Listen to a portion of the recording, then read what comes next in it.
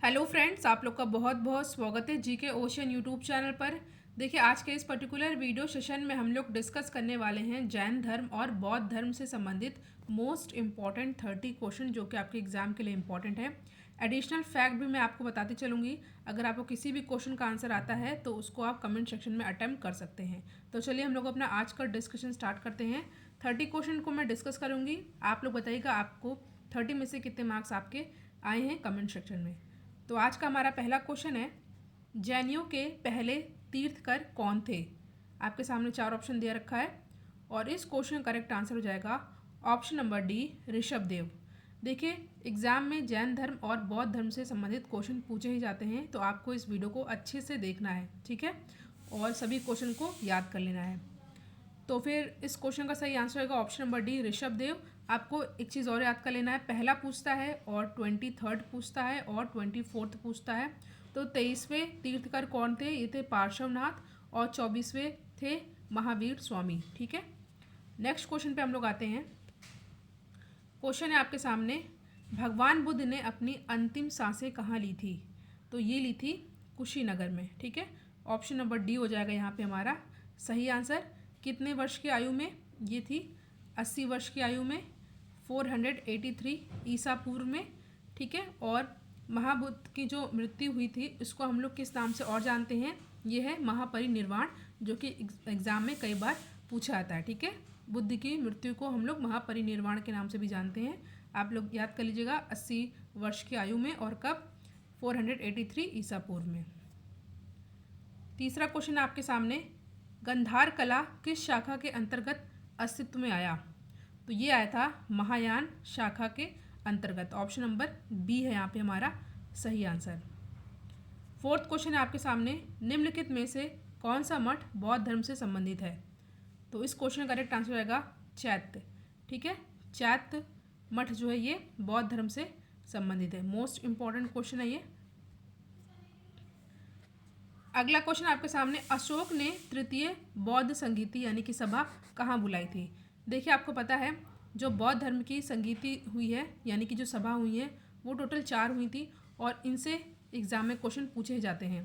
तो यहाँ पे हमारा सही आंसर आएगा ऑप्शन नंबर ए। यहाँ पे तीसरी बात हो रही है, तो ये हुई थी कहाँ पे, ये हुई थी पाटलिपुत्र में। देखिए, यहाँ पे लिस्ट दे रखा है, इसको आपको अच्छे से याद कर लेना है। प्रथम कब हुई थी, दूसरी कब हुई थी, तीसरी, चौथी। देखिए, प्रथम हुई थी कहाँ पर, राजगृह में, ठीक है। इसको हम लोग सप्तपर्णी भी जानते हैं। और दूसरी हुई थी वैशाली में, तीसरी जो पूछा गया क्वेश्चन में पाटलिपुत्र, और चौथी हुई थी कुंडव में, ठीक है।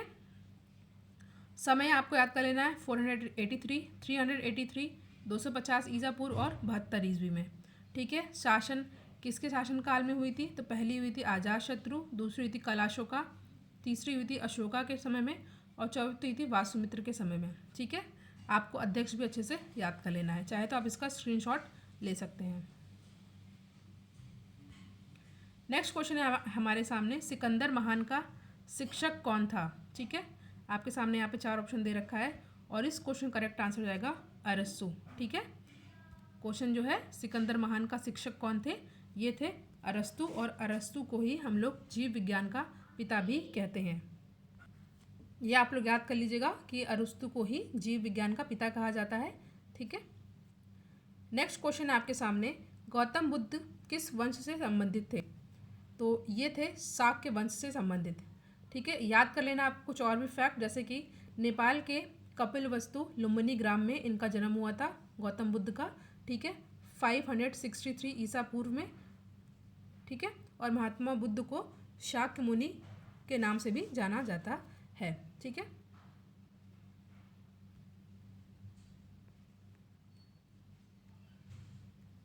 नेक्स्ट क्वेश्चन आपके सामने, गौतम बुद्ध को ज्ञान कहाँ प्राप्त हुआ था।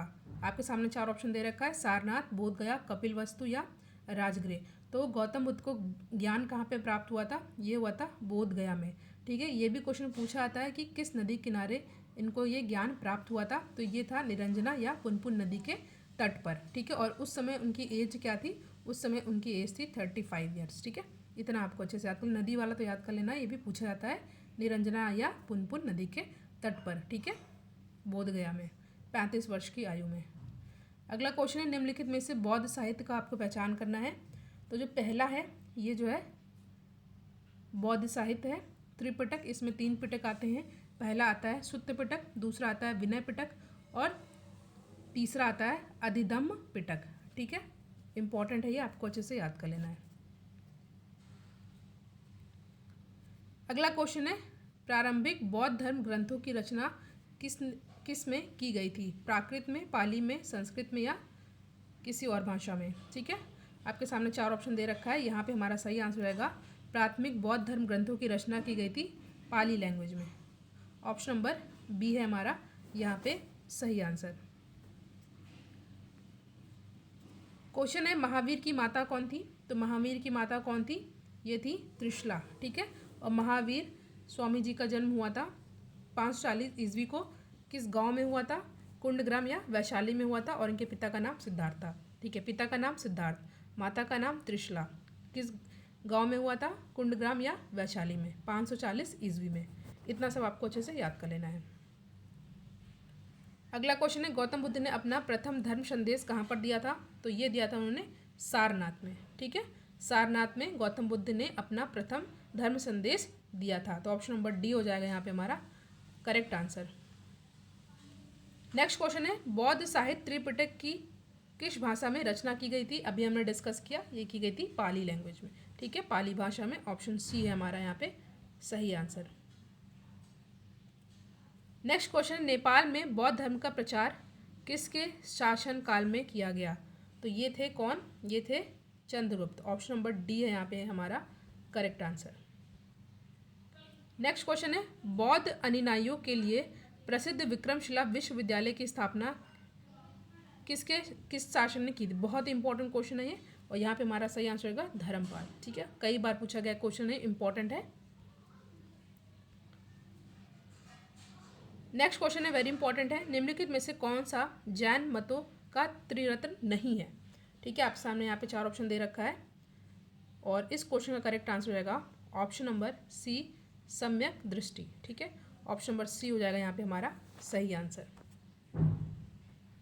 नेक्स्ट क्वेश्चन इज यात्रियों का राजकुमार किसे कहा जाता है? तो ये कहा जाता है हेनसांग को। ठीक है, ऑप्शन नंबर बी है यहाँ पे हमारा सही आंसर, और ये हर्षवर्धन के शासनकाल में आए थे। ठीक है, ऑप्शन नंबर बी है हमारा यहाँ पे सही आंसर।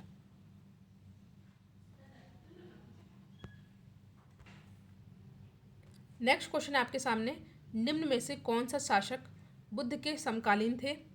उदयन, बिंबिसार, अजातशत्रु या महापद्म नंद? तो यहाँ पे हमारा सही आंसर रहेगा ऑप्शन नंबर बी बिंबिसार। ठीक है, ऑप्शन नंबर बी है यहाँ पे हमारा करेक्ट आंसर। अगला क्वेश्चन है निम्नलिखित में से कौन सा संप्रदाय बौद्ध धर्म का नहीं है? महायान, हीनयान, दिगंबर या थेरवाद? तो यहाँ पे हमारा सही आंसर रहेगा ऑप्शन नंबर सी दिगंबर। ठीक है, नेक्स्ट क्वेश्चन है महावीर के प्रथम शिष्य कौन थे? तो ये बहुत ही फेमस क्वेश्चन है, कई बार एग्जाम पूछा गया है। तो महावीर के प्रथम शिष्य कौन थे? जमाली, और ये इनके दामाद थे। ठीक है, जमाली जो है ये इनके दामाद थे।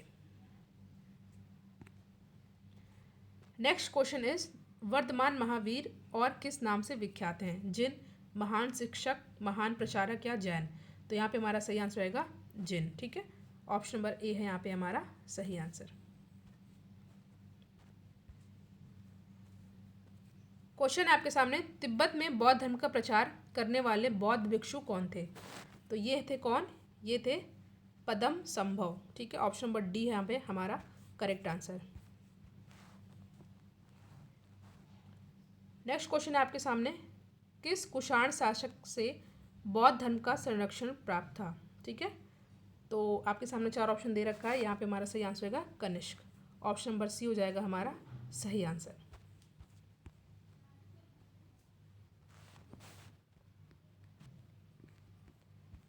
25वां प्रश्न है आपके सामने, बौद्ध धर्म में सांड बुद्ध के जीवन की किस घटना से संबंधित है? आपके सामने यहाँ पे 4 ऑप्शन दे रखा है, और यहाँ पे हमारा सही आंसर रहेगा जन्म से संबंधित है। देखिए, जो जन्म से संबंधित है वो क्या है? कमल और सांड। गृह त्याग से संबंधित है घोड़ा, और ज्ञान से संबंधित है पीपल का पेड़ या बोधि वृक्ष, और महापरिनिर्वाण से संबंधित है पद्म चिन्ह, और मृत्यु से संबंधित है स्तूप। ठीक है, इतना आपको अच्छे से याद कर लेना है।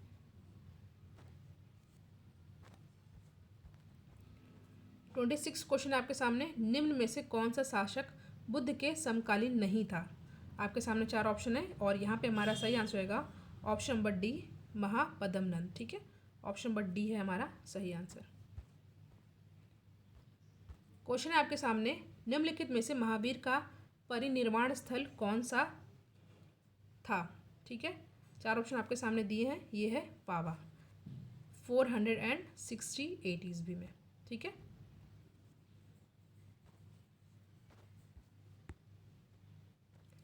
क्वेश्चन है, बुद्ध के उपदेश किस भाषा में है? हिंदी, उर्दू, पाली या प्राकृत? तो बुद्ध के जो उपदेश हैं वो किस लैंग्वेज में है? ये लैंग्वेज है कौन सी? ये लैंग्वेज है पाली। ये भी मोस्ट इंपॉर्टेंट क्वेश्चन है, एग्जाम में पूछा गया है। लास्ट क्वेश्चन है आज का, किस स्मारक के माध्यम से गौतम बुद्ध ने अपने दिव्य ज्ञान को पूरे विश्व में प्रसारित किया था? आपके सामने यहाँ पे चार ऑप्शन है, हुमायूं का मकबरा, महाबोधि मंदिर परिसर, कुतुब मीनार या लाल किला। तो यहाँ पे हमारा सही आंसर रहेगा ऑप्शन नंबर बी, महाबोधि मंदिर परिसर। तो यहाँ पे हमने 30 मोस्ट इंपॉर्टेंट क्वेश्चन को डिस्कस किया। Thank you.